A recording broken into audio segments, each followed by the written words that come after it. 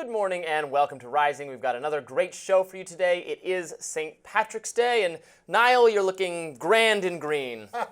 Well, I had to make some sort of effort for the National Day, after all. I don't see any green attire, Mr. Suave, for the occasion. I don't mean to offend anyone. I didn't realize that today was actually St. Patrick's Day. I celebrated it, like many people, on Saturday at a great number of bars. I'm glad to hear you marked it in some way. Yes, indeed. Well, on a sadly more serious note, I guess we should get to the news. What is on your radar, Robby? Well, I think you're going to agree with this one, Niall, so here we go. Now, here on Rising, we discussed the case of Mahmoud Khalil, the Columbia University graduate student and anti-Israel protester who was detained by ICE. We've discussed this many times. Now, I've reflected on the situation, and I wanted to state my views for the record unequivocally.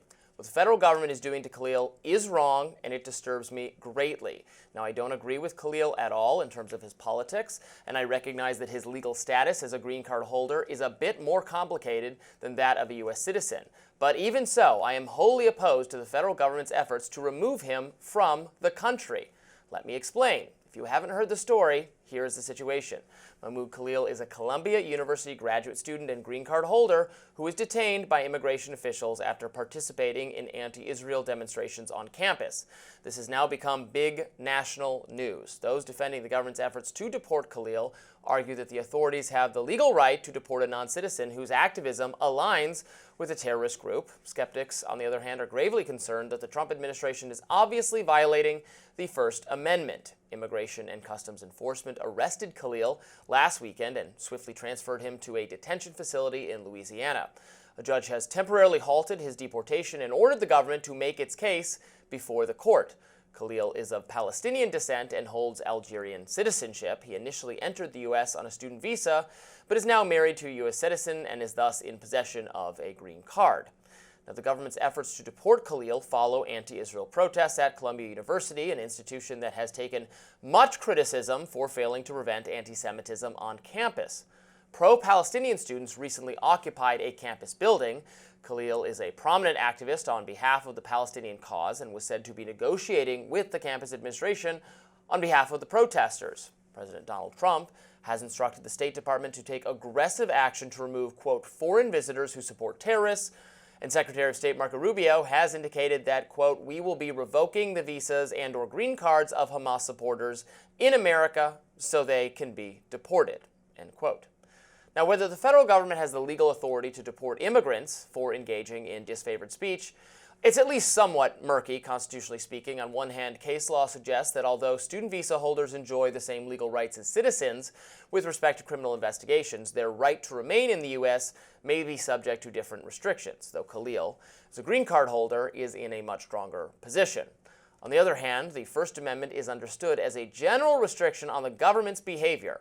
As the Volokh Conspiracy's Ilya Soman points out, quote, the First Amendment's protection for freedom of speech, like most constitutional rights, is not limited to U.S. citizens. The text of the First Amendment is worded as a general limitation on government power, not a form of special protection for a particular group of people, such as U.S. citizens or permanent residents.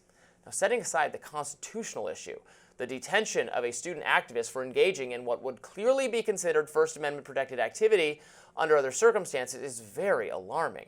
If the State Department wishes to proceed with this course of action, the burden is on the government to sufficiently explain why Khalil should be deported. Authorities must persuasively demonstrate that his conduct crosses some very, very red line.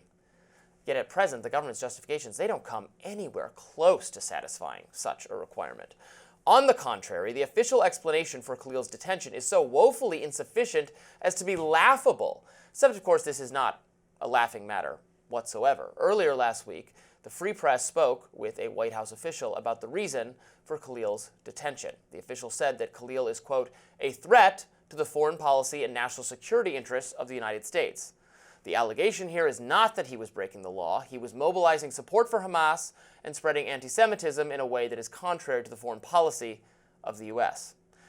Khalil is not being accused of breaking the law, and yet ICE arrested him and sent him to an immigrant detention center in Louisiana? Well, that admission itself is deeply troubling. Equally troubling are the various accusations: threatening national security interests, mobilizing support for Hamas, and spreading anti-Semitism. Well, the first is incredibly vague, subject to slippery slope considerations. Is it contrary to U.S. national security interests to object to the government's foreign policy? Isn't that both a cherished right and a hallmark of U.S. democracy? Healthy debates about the size and scope of America's presence abroad are currently taking place on both the left and the right. Could a Russian student who voiced skepticism of U.S. support for Ukraine have faced deportation for threatening U.S. foreign policy under the previous State Department, for instance? In both cases, we are talking about conflicts half a world away in which the U.S. is only indirectly involved and federal policy is constantly shifting. So how is U.S. foreign policy actually undermined by campus activism on this issue? I don't get it. Now, on the second accusation, if the government really believes that Khalil is, quote, actively mobilizing support for Hamas, then they should provide some proof of this. So far, the authorities have presented shockingly little evidence that Khalil's activism is specifically aimed at empowering Hamas. If he had provided material support for a designated terrorist group, that would be one matter. He could be arrested on this basis. But remember, the government's position is that he is not under arrest. They are effectively claiming he is in league with terrorists because he had participated in anti-Israel protests. On the third accusation, the anti-Semitism charge, well, once again, no evidence was presented that Khalil is anti-Semitic or has engaged in anti-Semitic expression. Remarkably, these pathetic justifications for deporting Khalil, well, those look practically ironclad when compared with Deputy Homeland Security Secretary Troy Edgar, who made these more recent statements to NPR. Edgar gives away the game when he admits that, quote, this is somebody that we've invited and allowed the student to come into the country, and he's put himself in the middle of process of basically pro-Palestinian activity. Did you catch that? Edgar did not even bother to draw a distinction between pro-Hamas activism and pro-Palestinian activism. He also utterly failed, by the way, to understand the legal distinction between a student visa holder and a green card holder, which does not exactly inspire confidence. When pressed by NPR's Michael Martin to present some compelling reason for Khalil's deportation, Edgar asserted this. He's a legal permanent resident. I have to keep insisting on it. He is a legal permanent resident. So what is the standard? Is any criticism of the Israeli government a deportable offense? Like I said, I think that at this point, when he was entered into the country on a student visa, at any point we can go through and evaluate what his status is, and the Secretary of State is any criticism of the United States government a deportable offense? Like I said, if you go through the process and you're a student and you're here on a visa and you go through at any point. Is any criticism of the government a deportable offense? It's like I said, as a student, he comes to the United States on a student visa, applies. Well, let me put it this way, Michelle. Imagine if he came in and filled out the form and said, I want a student visa. They asked him, what are you going to do here? And he's like, he was a student. That is the slippery slope in action. First, the illicit activity is pro-Hamas protesting. Okay. Then it's expanded to pro-Palestinian protesting, or the distinction between those two things is collapsed so as to make it pointless. And then finally, it's any kind of protesting whatsoever. It's deeply telling that Khalil's would-be deporters are not even bothering to distinguish him from garden variety anti-Israel activity. What this means is that the State Department is effectively asserting the right to crack down on all sorts of protesters for national security adjacent reasons, so vague that it strains all credulity. Supporters of free speech must oppose the arbitrary detention of a U.S. green card holder for participating in anti-Israel protests, and look, this is not a particularly close case. But the government's own defense of its actions is so pitiful that people should feel moved toward real outrage on Khalil's behalf. I want to associate myself with excellent comments by Eli Lake, a columnist for the Free Press. Now, Lake is much, much more hawkish and inclined to defend and support Israel than I am personally. Nevertheless, he writes on X, if Mahmoud Khalil is charged and convicted of an actual crime, he should be deported. If his crime is just the expression of support for a terrorist organization, then this pageant is grotesque. And yes, I realize that Colombia's harassment of Jews, destruction of property, etc. is not protected speech. But the legal argument thus far amounts to saying permanent legal residents can't say anything the Secretary of State believes undermines U.S. foreign policy. That's a horrendous violation of free speech. And as much as I despise campus solidarity with baby stranglers, I love American values more. I agree with that, and I'm guessing that you do as well, Niall. Well, I agree with what you said, and I think it is to your credit that you made that argument with someone or on behalf of someone whose views you disagree with in large part. I am, I think, more sympathetic to the pro-Palestinian cause, generally speaking.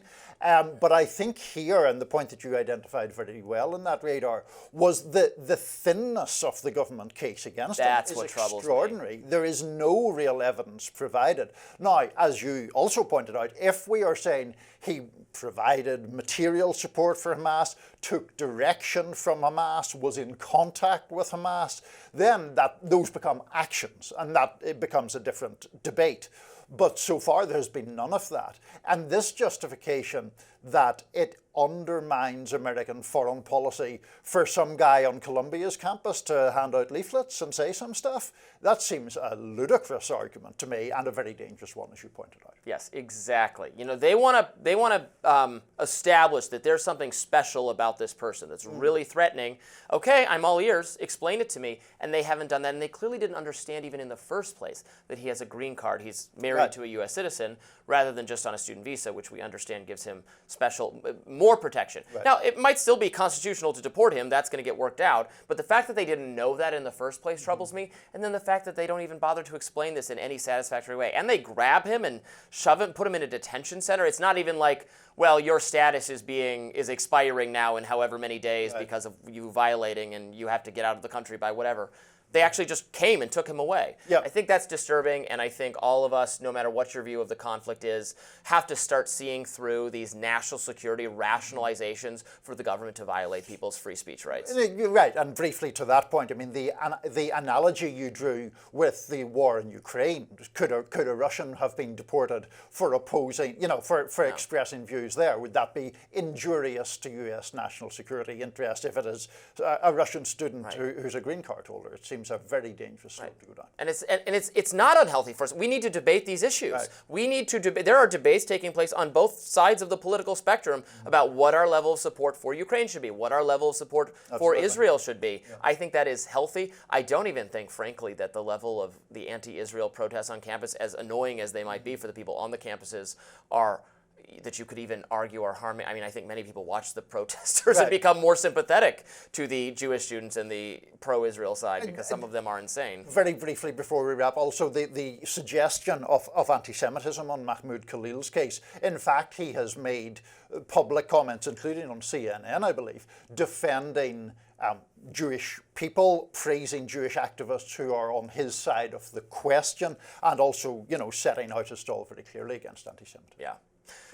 Well, we've got lots more to talk about today on Rising, including more deportations of people who have been alleged to be associated with Tren de Aragua. We will discuss and debate. Stay tuned for that.